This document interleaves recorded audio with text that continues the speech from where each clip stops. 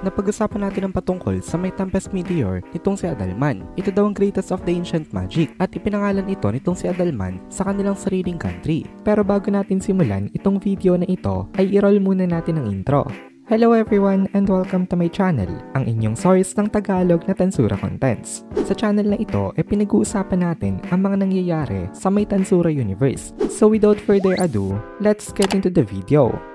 Nagka-upload nga pala ng solo leveling contents ang Anime Fan Narrations na owned rin ng Anime Kohai. So kung interested kayong manood ng mga contents ng solo leveling ay pwede nyong i-check yung link sa may description. Itong atake na ito nitong si Adalman ay nagpo-possess ng napakalakas na destructive power. Talagang nagli-live up daw ito sa may tinawag niya dito. Ang magic daw dati na napakaraming magician na nag-attempt para nga maikas ngayon lang naikas sa may mundong ito for the very first time. Maraming lights na bumagsak galing sa may langit papunta sa may lupa at meteorites daw itong mga ito. Over 1,000 meter size meteorite daw ang bumagsak dito at nag-cause ito ng napakalaking destruction. Kahit daw na mayroong ipinagyayabang na ultra speed regeneration itong mga giants dito naging meaningless daw yon dahil sa tindi ng damage na kanilang natamo. Kung baga hindi nakaabot ang ultra speed regeneration sa sobrang taas ng natamo nilang damage in a matter of seconds. Napakalaki daw ng apektado na area at wala daw talaga matatakbuhan itong mga nandito na giants. Isa-isa daw itong mga ito na inubos ng bumabagsak ng mga meteorites. Nagtalsikan daw ang mga kamay nitong mga ito, pati na rin ang mga nadurog nilang mga ulo. Ang mga giants daw na nagbabalak na i-overwhelm itong kanilang mga kalaban gamit ang kanilang brute force na biktima ng even larger force. Ang extreme magic daw na ito nitong si Adalman ay mas effective compared sa kanyang inaasahan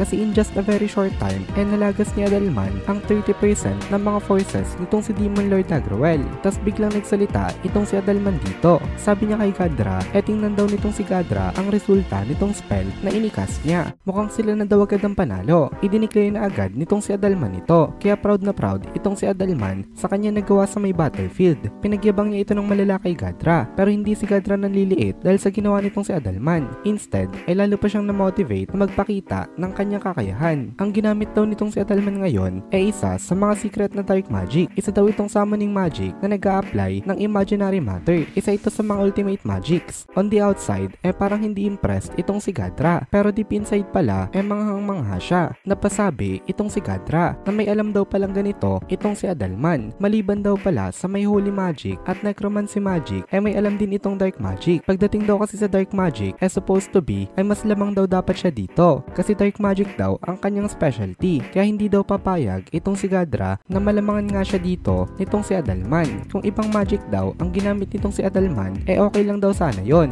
Okay lang siyang matalo doon kasi meron naman daw siyang palusot na hindi naman daw yon ang field of expertise niya. Kaya talagang in that case daw, mas malakas itong si Adalman sa kanya. Pero ngayon daw kasi, dark magic mismo ang ginamit nito. Kaya hindi niya daw pwedeng hayaan na mas malakas ang magic na ginamit nito compared sa kanya. Hindi daw pwedeng mag-admit itong si Gadra ng defeat kasi above all, kakasali lang daw nitong si Gadra bilang subordinate nitong si Diablo. Kaya kailangan daw magpakitang gilas nitong si Gadra dito. Although survival daw ng human race ang nakasalalay sa gera na ito ngayon, pwede rin daw nilang interpret na itong war daw na ito ang battle for supremacy of the world. Kasi kapag nakapagpasikat daw siya dito, at least ay hindi daw siya mai-abandon ng kanyang master na si Diablo. Kaya itong si Gadra naman daw ngayon dito ang magpapakita ng kanyang magic. Natapos na nitong si Gadra ang magic na ikino-construct niya, na i-reborn na siya ngayon bilang isang metal demon. Kaya kaya niya na rin na gumamit ng isang ultimate magic. Also, gamit rin nitong si Gadra ngayon ang kanyang ultimate gift na tinatawag na Grimoire. Dito na pag-aralan nitong si Gadra ang patungkol sa may source of magic. Kaya itong magic na inikakas niya ngayon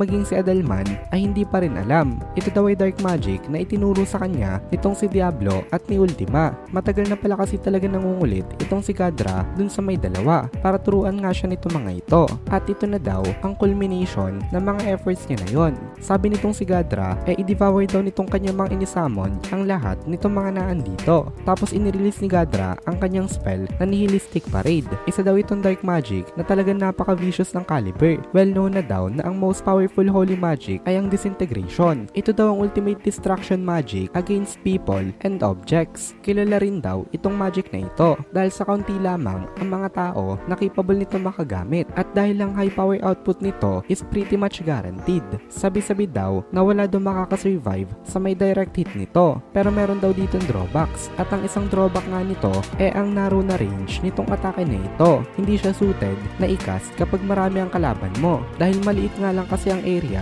na kaya niya makaapekto. Hindi daw ito pwedeng gamitin sa isang buong army. Kaya ang ginawa daw ni Gadra ay hinanap niya ang counterpart nitong holy magic na ito sa mga dark magic. Kaunti lang rin daw ang nakakaalam nitong magic na ito. Ito daw ay tinatawag na nihilistic banish. Nag-e-excel daw itong sila Ultima Dono dito. Nakakatakot daw itong magic kasi nag-e-extend sa malawak na range ang kaya nitong maapektuhan. At ang lahat daw ng nasa range na ito ay i-devour ng emptiness na nanggagaling sa may impyerno mismo. This time daw iniset nitong si Gadra ang area of influence nito sa buong battlefield. And-exert niya na daw ang lahat ng kanyang mga mana para nga sa iisang atake na nihilistic banish na ito. At dahil daw doon nag-transform ito into a nihilistic parade na isang dark magic of void extermination. Nangyari ang gustong mangyari nitong si Gadra. Nagkaroon ng isang malaking circle sa may langit at sa may ground. Tapos as if to connect both sides ay nagkaroon ng dark electrical discharges. At dito na muna natin tatapusin itong video na ito. Kung nagugustuhan mo itong mga videos natin ay please consider joining the membership